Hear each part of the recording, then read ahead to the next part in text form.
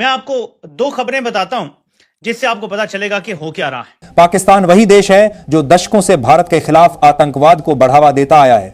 अब सोचिए, अगर वही सऊदी अरब पाकिस्तान को गले लगाए तो भारत का गुस्सा 7वें आसमान पर क्यों ना पहुंचे।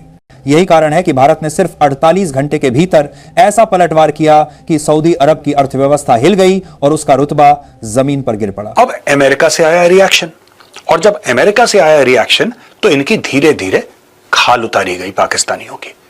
एक ट्वीट आया अमेरिका से, इंडिया की ये जो फैक्ट्री है ना, ये बेसिकली इंडिया के ये जो ग्रुप है, अदानी, अंबानी, टाटा, ये इंडिया को बहुत ज्यादा ग्लोबल आउटरीच देते हैं। अब सबसे पहले बात करते हैं उस वार की जिसने सऊदी की कमर तोड़ दी।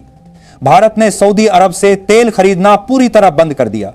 सोचिए, जिस देश की अर्थव्यवस्था का 80% हिस्सा तेल पर टिका हो और जिसके सबसे बड़े खरीदारों में भारत शामिल हो, अगर वही भारत अचानक नल बंद कर दे तो अरब की हालत कैसी होगी।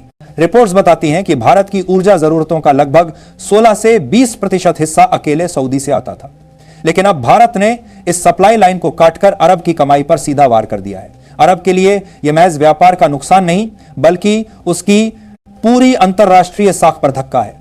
इतना ही नहीं, भारत ने दूसरा बड़ा कदम उठाया। ऑपरेशन सिंदूर हुआ, उसमें हम अपनी कामयाबी के झंडे जो है वो दिखाने की कोशिश कर रहे हैं, लेकिन उसी से दूसरी तरफ अगर हम जाएं। दोस्तों, पाकिस्तानी ये चीज ना जानबूझ के भी करते हैं, जबरदस्ती कर देंगे। क्यों? उनको पता है कि पाकिस्तान के अंदर जो डिफेंस मिनिस्टर होता है उसकी औकात होती है 0, और उनको यह भी पता है कि दुनिया भी जानती है कि पाकिस्तान की डिफेंस मिनिस्टर की औकात होती है 0।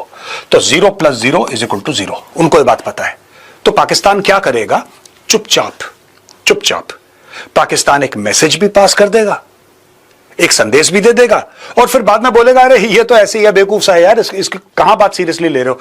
यही काम पाकिस्तान ने करा था दोस्तों बहुत पहले, जब शेख रशीद ने बोला था कि हम भारत के ऊपर पाव किलो के बम छोड़ देंगे। अब लोगों ने उसकी मजाक उड़ाई, पाकिस्तान ने इसका फायदा भी पूरा उठाया कि चलो हमने एक न्यूक्लियर धमकी भी दे दी, और फिर बोला अरे यार ये तो ऐसी मस्खरा टाइप का आदमी है, इसको क्यों सीरियसली ले रहे हो। तो पाकिस्तान ये दोनों तरफ के गेम खेलता है, लेकिन इससे पाकिस्तान को दोस्तों डैमेज हो गया। कभी कभी क्या होता है ना, जब आप दो मुंह तलवार के साथ खेलते हैं, तलवार आपको भी काटती है।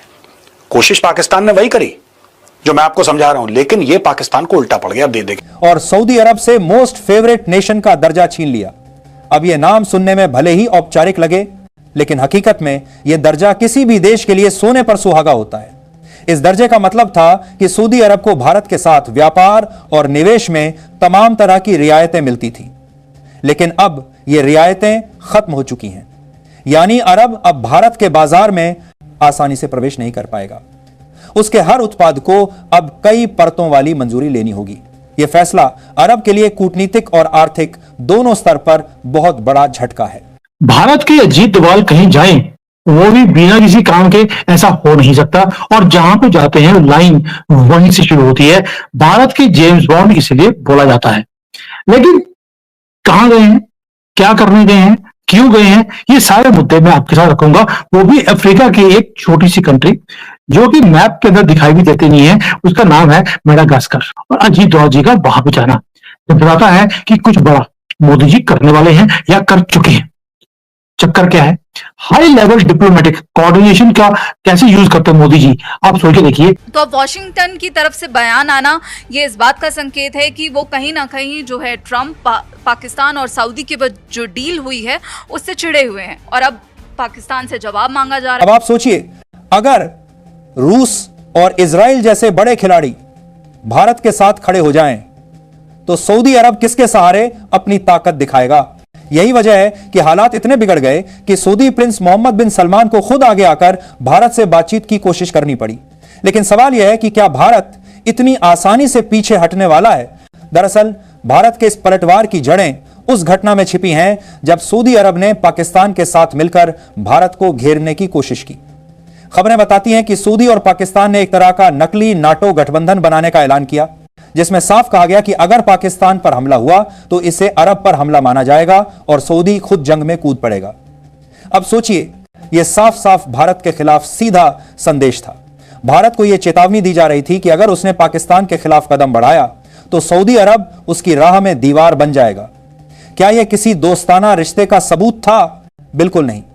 यही वह पल था जब भारत के सब्र का बांध टूट गया। बेटा स्कूलों में जहाद नहीं पढ़ाया जा सकता। क्यों? हाँ। क्यों नहीं पढ़ाया जा सकता? पढ़ाया रहे? हाँ पढ़ा रहे। जबरदस्त, क्या बात है जी, जहाद पढ़ा रहे। किस क्लास में पढ़ते हो? 10th क्लास में पढ़ता हूँ। चलो आइंस्टाइन की क्या चुड़िया? आइंस्टाइन की मैं क्यों सुनाऊं? पढ़ाया? मैं इस्लाम से दूर क्यों कर रहे हो? नहीं इस्लाम में तो इस्लाम में रह रहे ना, आइंस्टाइन की किताबें हमें किस मोड़ पे लाएं? आइंस्टाइन तुम्हें इस साइंस की दुनिया में ले इस्लाम तो साइंस की दुनिया में हम नहीं जाना चाहते। नहीं जाना हम दीन की दुनिया में हम नहीं जाना, हमने दीन की दुनिया में जाना। ऊपर छोड़ो, मैं दीन की दुनिया में आना चाहता हूँ। भाई दीन में भी आएंगे। हाँ जी। सुनो, ऊपर क्या है? ऊपर चांद है। चांद पे कौन है? तो चांद पे जो इस वक्त इंडिया बैठा रहे वो हमारा मुखालिफ है। अच्छा बेटा 10वीं क्लास में पढ़ती हो, इतना जहर कहाँ से आया तुम्हारा? जहर हमारा है, काफरों ने हमारे अंदर भरा हुआ जहर। मैंने आपको बताया था जब अमेरिकन ने इंडिया के साथ काम करना शुरू कर दिया तो हर मुल्क ने कहा कि यार इनके साथ काम करो। हर मुल्क ने कहा इनके साथ काम करो, हर मुल्क ने। मेरे पाकिस्तानियों, एक खूनी दरिंदे को जब खून लग जाए तो फिर वो पीछे नहीं हटता, फिर वो ज्यादा ही ज्यादा खून की डिमांड करता है। पाकिस्तान पे काबिज जो खूनी दरिंदा है उसको खून की लत लग गई है, और ये लत ऐसी है कि अब वो खून पीना छोड़ नहीं सकता। अगर हम ये कहें कि जी हिंदुस्तान पाकिस्तान की बात आप हर वक्त करते रहते हैं और आपको लगता है कि जी हिंदुस्तान बड़ा हमारा कोई नुकसान कर देगा या वो कोई हमारे पर अटैक करने के लिए बैठा है। दोस्तों सोचिए जरा, अगर आपका कोई दोस्त आपके सामने मुस्कुराकर हाथ मिलाए, मीठी बातें करे, रिश्तों की कसम खाए, लेकिन पीछे से आपके सबसे बड़े दुश्मन के साथ गुपचुप समझौता कर ले, तो आपको कैसा लगेगा? यकीन मानिए यही कड़वा अनुभव भारत ने हाल ही में झेला है। सऊदी अरब, जो कल तक भारत का बड़ा साझेदार माना जाता था, अचानक उसी भारत की पीठ में छुरा घोंपने जैसा कदम उठाता है और पाकिस्तान जैसे देश के साथ गुप्त गठबंधन करने लगता है। इंडिया आत्मनिर्भर भारत इनिशिएटिव के तहत अफ्रीकन कॉन्टिनेंट के अंदर एक मुल्क है मोरक्को। मोरक्को जो है वो वहां पे एक फैक्ट्री लगा रहा है, और वो एक बड़ी, आप समझ लें कि इम्पॉर्टेंट फैक्ट्री है। किस सेंस में? इंडिया की एक कंपनी है टाटा एडवांस सिस्टम, जो कि ये एक व्हील्ड आर्मर्ड प्लेटफॉर्म्स बनाते हैं, और ये इंडियन डिफेंस मैन्युफैक्चरिंग फैसिलिटी जो है ये इसमें मोरक्को के अंदर जा रही है।